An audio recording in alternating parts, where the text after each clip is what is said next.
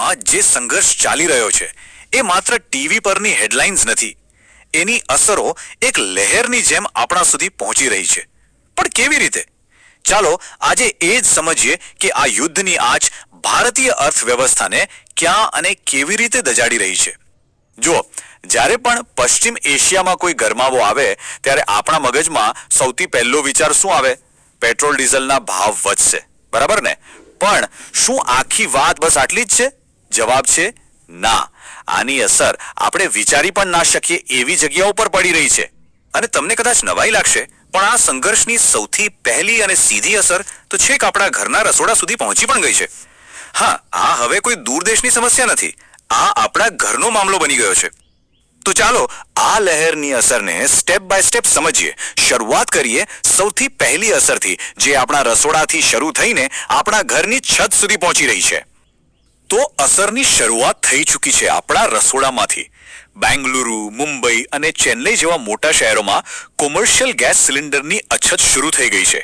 પરિણામે ગેસ એજન્સીઓની બહાર લાંબી લાઈનો લાગી રહી છે અને રેસ્ટોરન્ટ ઇન્ડસ્ટ્રી મુશ્કેલીમાં મુકાઈ ગઈ છે.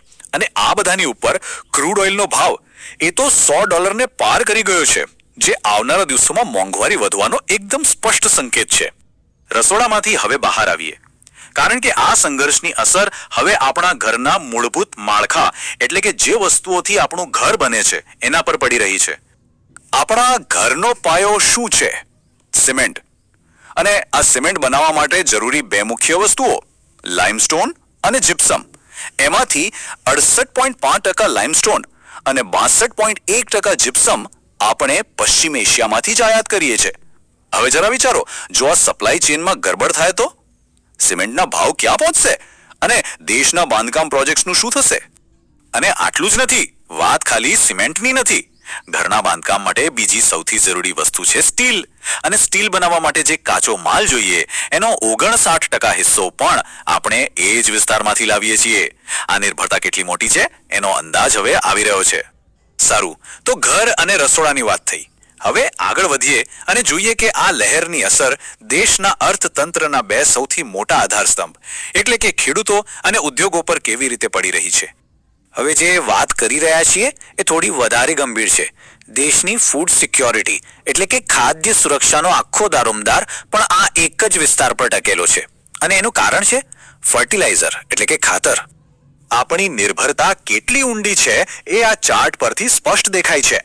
ખેતી માટે સૌથી જરૂરી યુરિયા ખાતર બનાવવા માટે વપરાતો 65.8% સલ્ફર, આપણા ઘરોમાં વીજળીના વાયર માટે વપરાતું 50.7% કોપર, અને હા, ગુજરાતનું ગૌરવ ગણાતો હીરા ઉદ્યોગ, એના માટેના 40% કાચા હીરા. આ બધું જ એ જ સંઘર્ષવાળા વિસ્તારમાંથી આવે છે. મતલબ કે જો આ સંઘર્ષ લાંબો ચાલ્યો અને સપ્લાય 1 મહિનાથી વધુ સમય માટે પણ અટકી ગયો તો આગામી પાકની સિઝન માટે યુરિયા ખાતરનું ઉત્પાદન ખોરવાઈ શકે છે.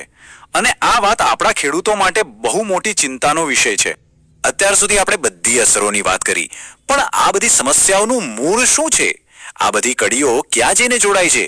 એનું કારણ છે એક નાનકડો દરિયાઈ રસ્તો, જેનું નામ છે હોર્મોઝની સામુદ્રધુની.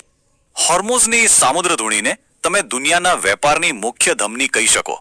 દુનિયાભરનું તેલ અને માલ સામાન મોટે ભાગે અહીંથી જ પસાર થાય છે. આ એક એવા ચોક પોઈન્ટ છે કે જો એ બંધ થઈ જાય તો આખી દુનિયાના વેપારને શ્વાસ લેવામાં તકલીફ પડી જાય. આ રસ્તાનું મહત્વ સમજવા માટે ખાલી આ એક આંકડો જ કાફી છે. ફક્ત 2025ના એક વર્ષમાં ભારતે આ સાંકડા દરિયાઈ માર્ગ પરથી લગભગ $98.7 અબજ માલ સામાનની આયાત કરી હતી. આના પરથી જ આપણી નિર્ભરતાનો ખ્યાલ આવી જાય છે. અને સાચો ખતરો તો હવે છે.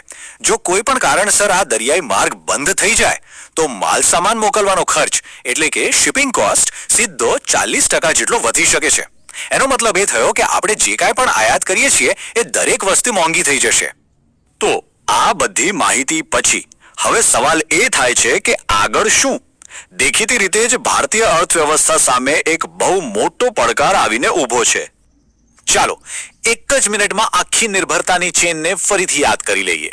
શરૂઆત થઈ રસોડાના LPG સિલિન્ડરથી, ત્યાંથી વાત પહોંચી ઘરના સિમેન્ટ અને સ્ટીલ પર, જેની અસર થઈ ખેડૂતોના ખાતર પર, અને છેલ્લે એની અસર ઉદ્યોગના હીરા અને કોપર પર.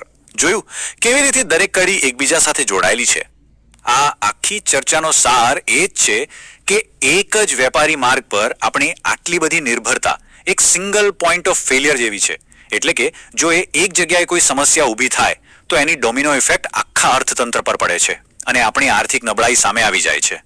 અને અંતે આ એક સવાલ આપણને વિચારવા મજબૂર કરે છે કે જ્યારે હજારો કિલોમીટર દૂર ચાલતો એક સંઘર્ષ આપણા રાતના ભોજનથી લઈને દેશના હીરા ઉદ્યોગ સુધી દરેક વસ્તુને હચમચાવી શકે તો પછી સાચા અર્થમાં આર્થિક સુરક્ષા કોને કહેવાય? આ પ્રશ્ન સાથે આજની આ ચર્ચાને અહીં વિરામ આપીએ છીએ. આભાર.